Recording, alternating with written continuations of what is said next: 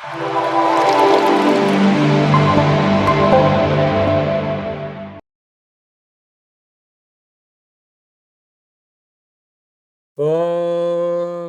నమః శివాయ.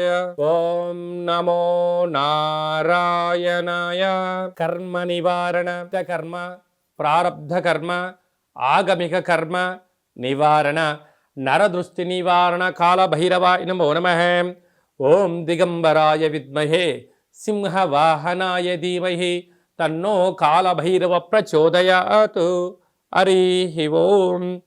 మా ఛానల్కి స్వాగతం. చూస్తున్న వీక్షకులకు, ప్రేక్షకులకు, ప్రియ కాళభైరవ భగవద్బంధులకి స్వాగతం పలుకుతూ మమ్మల్ని ఎంతగానో ఆదరిస్తూ ఉండబడినటువంటి ప్రియ సోదర సోదరీమణులకు అందరికీ, సనాతన ధర్మ సంరక్షకులకి, వీక్షకులకు, ప్రేక్షకులకు 2024 సంవత్సరంలో శేషభాగమైనటువంటి 15 రోజులకు వీడుకోలు పలుకుతూ 2025 సంవత్సరానికి స్వాగతం పలుకుతూ ఈ సంవత్సరంలో జరిగినటువంటి అష్టకష్టాలకు, ఇబ్బందులకు, అనారోగ్యాలకు స్వస్తి పలుకుతూ నూతన ఆనందంతో 2025 సంవత్సరం స్వాగతం పలకాలని కోరుకుంటూ 16/12/2024 నుండి 31 డిసెంబర్ 2024 వరకు పుట్టినటువంటి వారందరికీ కూడా ముందస్తుగా జన్మదిన శుభాకాంక్షలు.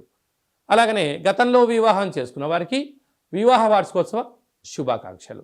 ద్వాదశ రాశుల్లో గ్రహ గమనాన్ని ఒకసారి వీక్షింపచేద్దాం. వృషభ రాశిలో దేవగురు బృహస్పతి శత్రు సంచార స్థితి, కర్కాటక రాశిలో కుజ సంచార స్థితి, కన్య రాశిలో కేతు సంచార స్థితి, వృశ్చిక రాశిలో బుధ సంచార స్థితి, ధనుస్సు రాశిలో రవి సంచార స్థితి, మకర రాశిలో శుక్ర సంచార స్థితి, కుంభరాశిలో శని భగవానుడు స్వక్షేత్ర సంచార స్థితి, మీనరాశిలో రాహు సంచార స్థితితో గ్రహ గమనాలు ఈ విధంగా ఉన్నాయి. మేషరాశి వారికి డిసెంబర్ నెలలో ద్వితీయార్థం అనగా 16వ తారీఖు నుంచి 31వ తారీఖు వరకు ఆంగ్ల సంవత్సరానికి వీడుకోలు పలుకుతూ కొత్త సంవత్సరానికి స్వాగతం పలుకుతూ ఎలాంటి విధి పాటించడం వలన యోగం కలుగుతుందో ఈ వీడియోలో తెలుసుకుందాం. మేషరాశిలో ఏ నక్షత్రాలు వస్తాయనగా అశ్విని నక్షత్రంలోని 4 పాదాలు, భరణి నక్షత్రంలోని 4 పాదాలు, కృతికా నక్షత్రంలోని 1 పాదం కలిపితే మేషరాశి అవుతుంది. చాలామందికి పుట్టినటువంటి కాల సమయంలో డేటా బర్తులు లేనటువంటి వారికి పేరు యొక్క మొదటి అక్షరాన్ని అనుసరిస్తూ ఆ రాశిని తెలుసుకునే ప్రయత్నం చేద్దాం. చూ, చే, చో, లా, లీ, లు, లే, లో, ఆ అక్షరాల వారందరూ మేషరాశి జాతకులే.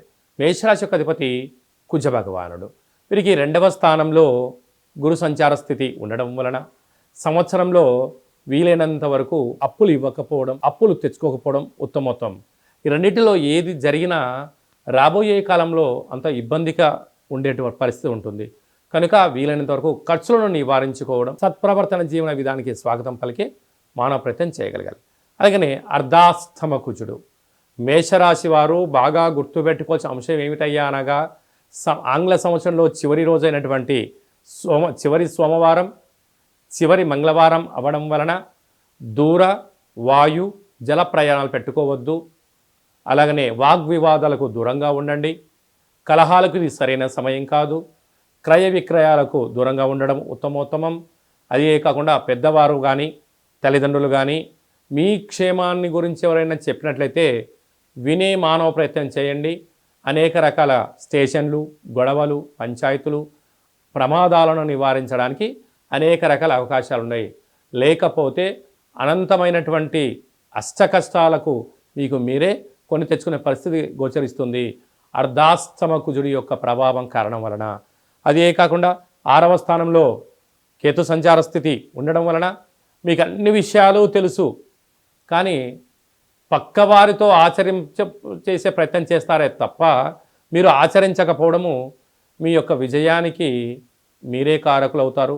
మీ అపజయానికి మీరే, మీ మనసే కారణమవుతుందని చెప్పి గమనించాలి. అష్టమంలో బుధుడు.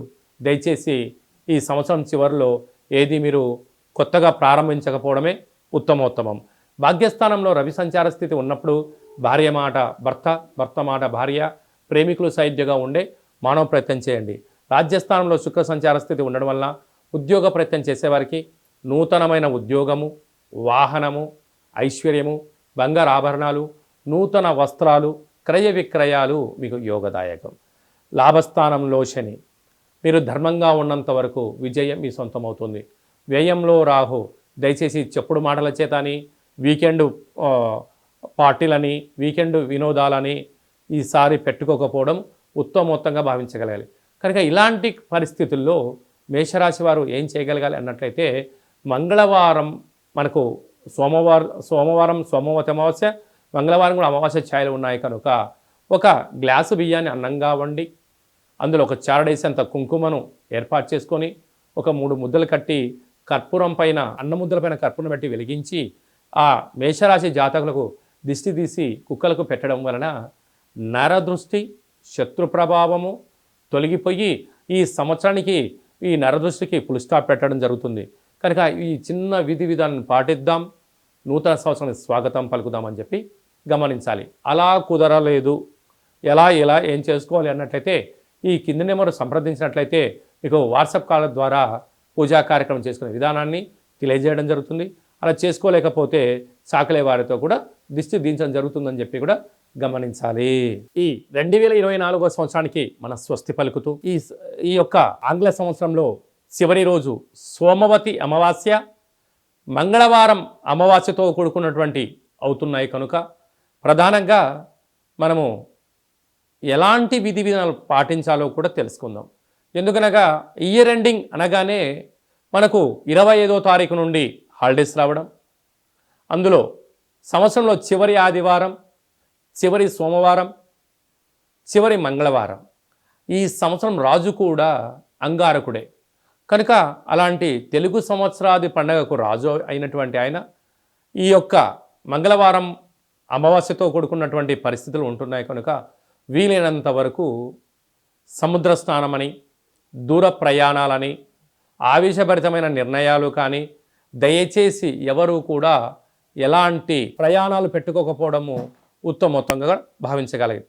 ఎందుకనగా సంవత్సరపు చివరి రోజులలో దాన్ని శేషము అంటారు కనుక అందులో అమావాస్యతో కూడుకున్నటువంటి సోమవారం అమావాస్య వస్తే దాన్ని సోమవతి అమావాస్య అని, మంగళవారం మిగులు ఛాయలు ఉన్నాయి కనుక అమావాస్యతో కూడుకున్న మంగళవారం అవ్వడం వలన ఆవేశభరితమైన నిర్ణయాలకు ఇది సరైన సమయం కాదులని, విందులని, వినోదాలని పాల్గొంటున్నప్పుడు ఎన్నో జాగ్రత్తలు అవసరం. మితిమీరిన వేగంతో ప్రయాణం చేయకపోవడం, ఆధ్యాత్మికమైన చింతనతో కలిగి ఉండడం వలన ఎన్నో రకాలుగా ఉపద్రవాలను, ప్రమాదాలను నియంత్రించుకునే స్వయం శక్తి అందరికీ ప్రసాదించాలని మనసారా కాళభైరవ స్వామి వారిని కోరుకుందాం. కనుక 16వ తారీఖు నుంచి 31వ తారీఖు వరకు ముఖ్యమైనటువంటి పండుగల గురించి క్లుప్తంగా, సవివరంగా, సంపూర్ణంగా తెలుసుకుందాం. 23వ తారీఖున బహుళాష్టమి సోమవారము ఉత్తరా నక్షత్ర సందర్భంగా కాళభైరవ స్వామికి స్మరణ, ధ్యానము, పూజా కార్యక్రమంలో పాల్గొనడం వలన మనకు సకల అష్టకష్టాలు తొలగిపోతాయని చెప్పి కూడా గమనించాలి. అలాగనే మనకు 30వ తారీఖు సోమవారం పూట అమావాస్య, సోమవారంతో కూడుకున్నటువంటి అమావాస్య, సోమవతి అమావాస్య అంటారు కనుక సకల గ్రహదోషాలు సంవత్సరంలో ఉండబడినటువంటి వాటన్నిటిని కూడా వదిలేసుకొని కొత్త ఆనందకరమైనటువంటి స్వాగతం పలకాలి అన్నట్లయితే కాళభైరవ స్వామికి స్మరణ, కూష్మాండ దీపము, నారికేల దీపము, ముడుపు, కాళభైరవ హోమ కార్యక్రమాల్లో పాల్గొని దిష్టి తీసేసుకొని కుక్కకు మహారాజు గారు కానీ పక్షిరాజవారైనటువంటి కాకికి ఆహారాన్ని పెట్టుకోవడం వలన యోగదాయకం. అలా మీకు కుదరలేదు, ఈ కింది నెంబరు మీరు సంప్రదించినట్లయితే మీ యొక్క గోత్రనామాలు పంపించినట్లయితే కాళభైరవ స్వామికి స్మరణ, అభిషేకము, పూజ, హోమము, ముడుపును కట్టి 20 రకాల వస్తువులతో ఈ సంవత్సరం ఎండింగ్లోకి ఈ కష్టాలను ఎలా ఫుల్ స్టాప్ పెట్టుకోవాలి, కొత్త సంవత్సరానికి స్వాగతం పలుకుతున్నప్పుడు ఎలాంటి కార్యక్రమాలు చేసుకోవాలో కూడా మీకు వీడియో కాల్ కూడా తెలియజేయడం జరుగుతుందని చెప్పి గమనించాలి. అలా ఇంకనూ మనం విజయం సాధించగలగాలి అన్నట్లయితే ఈ యొక్క పాత్ర కంచు పాత్ర అంటారు.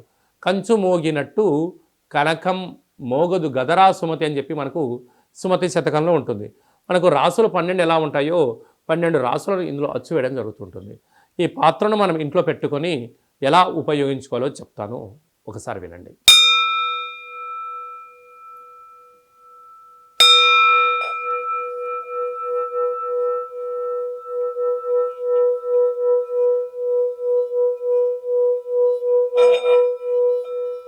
ఈ యొక్క శబ్ద దొరకడం వలన మనిషి యొక్క శరీరంలో ఉండబడినటువంటి మూలాధార, స్వధిష్టాన, మణిపూరక, విశుద్ధ, అనహత, ఆగ్నేయ చక్రాలు వికసింపచేయడం, ఇంట్లో ఉండబడినటువంటి జ్యేష్ఠాదేవి ఈ శబ్దానికి తట్టుకోలేక బయటికి వెళ్ళిపోవడం, గ్రామంలో సంచరించేటువంటి మహాలక్ష్మీదేవి గళ్ళు గళ్ళుమంటూ ఇంటికి రావడం స్వాగతం పలుకుతుంది.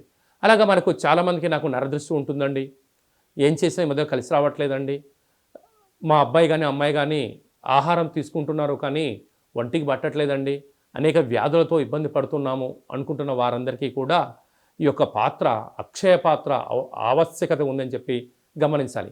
మన మనసులో ఏదైతే కోరిక ఉందో వాటిని కోరుకొని ఈ శబ్దం చేయడం వలన, ఆ లక్ష్మీ కటాక్షం వలన, శబ్ద తరంగాల వలన ఆ పని వశీకరణ కలిగి అద్భుతమైన విజయం మన సొంతం అవుతుందని చెప్పి గమనించాలి. ఈ అక్షయ పాత్రతో పాటు ఓ కాలభైరవ స్వామి యొక్క పిరమిడు, డాలరు, కంకణము, అలాగనే మీకోసం ప్రత్యేకంగా కాలభైరవ హోమము, అలాగనే విశేషమైనటువంటి 20 రకాల వస్తువులతో దిష్టి తీయించడం కూడా జరుగుతుంటుంది. ప్రత్యేకంగా మీకు వీడియో కాల్లో పూజ చూపించి చేయడం జరుగుతుంది. మీ ఎక్కడి వారైతే అక్కడి అడ్రస్ను మీరు వాట్సాప్ పంపించగలిగినట్లయితే కొరియర్ చేసి కొరియర్ స్లిప్ కూడా వాట్సాప్ పెట్టడం జరుగుతుంది. కనుక మనమందరం కూడా కష్టాలకు స్వస్తి పలుకుదాం, 24వ సంవత్సరానికి వీడుకోలు పలుకుదాం, 2025కు స్వాగతం పలుకుతూ అందరి ఇంట్లో భైరవ స్వామి యొక్క ఆశీర్వాదం వలన ధనకనక వస్తు వాహనాలతో అద్భుతమైన విజయం కలగాలని కోరుకుంటూ ఆశీర్వచనం. అలాగనే మన వ్యక్తిగత జాతకం తెలుసుకోవాలనుకుంటున్నారా?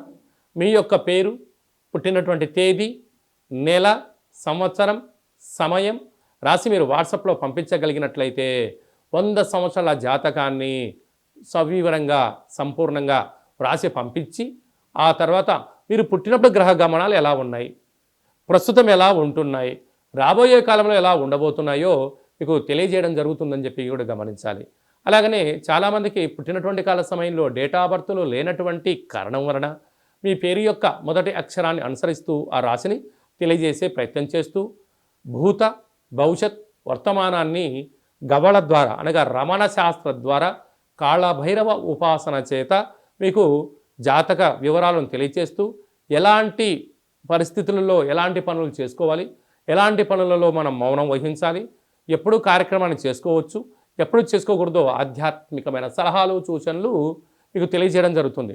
కనుక డేటా బర్త్ లేనటువంటి వారందరికీ కూడా గవ్వల ద్వారా జ్యోతిష్యం చెప్పబడుతుంది. కనుక ఆసక్తి గలవారు ఈ కింది నెంబర్ను సంప్రదించి ఆన్లైన్ ద్వారా కానీ, ఆఫ్లైన్ ద్వారా కానీ, ఫోన్ కాల్ ద్వారా కానీ మీకు జాతకాన్ని తెలుసుకొని మానవ ప్రయత్నం చేయండి. జాతకము అనగా జీవితంలో జరగబోయేటువంటి, ప్రకృతిలో జరగబోయేటువంటివి, మానవాళికి జరగబోయేటువంటి విషయాలను అమావాస్య రోజు ఏం చేయొచ్చు, ఏం చేయకూడదు, పూర్ణిమ రోజు ఏం చెయ్యాలి, ఏం చేయకూడదో తెలియజేసేదే జాతకం. కనుక అలాంటి కాల సమయంలో జాతకాన్ని తెలుసుకుందాం, గ్రహ సంచార స్థితిలో ఉండబడిన యోగాన్ని తెలుసుకుందాం. అదృష్టానికి స్వాగతం పలుకుతూ అందరూ నిండు నూరేళ్ళ ఆయురారోగ్యంగా ఉండాలని కోరుకుందాం. అలాగనే మీ అబ్బాయి, మీ అమ్మాయి కానీ వివాహ ప్రయత్నం చేస్తున్నారా? ఎందుకు వివాహం అవ్వడం లేదు? జాతకంలో ఎలాంటి దోషాలు ఉన్నాయి, జాతకంలో ఎలాంటి యోగాలు ఉన్నాయి, ఏ అమ్మాయితో కానీ ఏ అబ్బాయితో కానీ వివాహం చేస్తే వారి యోగం అవుతుందో కూడా తెలియజేయడం జరుగుతుంది. అలాగనే వివాహమైన భార్యాభర్తలు తరచుగా గొడవ పడుతున్నారా? ఎందుకు గొడవ పడుతున్నారు అంటే ఇక్కడ పేర్లు కలవడం లేదా, జాతకాలు కలవడం లేదా, వ్యవస్థలో వీరి యొక్క భావాలు భిన్నంగా ఉన్నాయా అని తెలుసుకొని పేర్లో స్వల్పమైన మార్పులు చేయడం వలన ఇలా పోలీస్ స్టేషన్లని, కోర్టు సమస్యలని ఇలా ఇబ్బంది కాకుండా, విడిపోకుండా ఆ భార్యాభర్తలు అన్యోన్యంగా ఉండడం కోసం ఆధ్యాత్మికమైన సలహాలు, సూచనలు ఇవ్వడం జరుగుతుంది. కనుక అందరికీ శుభం, జయం, లాభం జరగాలని కోరుకుంటూ ఈ ఆంగ్ల సంవత్సరానికి వీడుకోలు పలుకుతూ కొత్త సంవత్సరానికి స్వాగతం పలుకుతూ ఆశీర్వచనం. ఓం రాజాదిరాజాయ ప్రసహ్య సాహినే నమో వయం వై శ్రవణాయ కుర్మహే సమే కామాన్ కామకామాయ మహ్యం కామేశ్వరో వై శ్రవణో యదదాతు కుబేరాయ వై శ్రవణాయ మహారాజాయ నమః. హరి ఓం. నిత్యం శాంతిరస్తు, వృద్ధిరస్తు, తుష్టిరస్తు, అవిఘ్నమస్తు, ఆయుష్యమస్తు, ఆరోగ్యమస్తు, మాఘుం రక్షంతు, సహకుటుంబానం రక్షంతు అని అందరు మనసులో అనుకోండి. శతమానం భవతి శతాయు పురుష సతేంద్రియ ఆయుష్యేవేంద్రియే ప్రతిష్టతి నూతన ఆంగ్ల సంవత్సర ప్రారంభకాల సమయే సర్వత్రా జయోస్తు విజయోస్తు. ఈ వీడియో మీకు నచ్చినట్టయితే లైక్ చేయండి, షేర్ చేయండి. నేను చేస్తున్న ఆధ్యాత్మికమైనటువంటి వీడియోలు అందరికన్నా ముందు మీరు చూడాలి అనుకుంటున్నట్టయితే మన ఛానల్ని సబ్స్క్రైబ్ చేసుకోండి. పైన అందరికన్నా విషయ పరిజ్ఞానం తెలుసుకోవాలనుకున్న వారికి ఆలన బటన్ దాన్ని ప్రెస్ చేసి గంట సింబల్ కూడా ప్రెస్ చేయండి.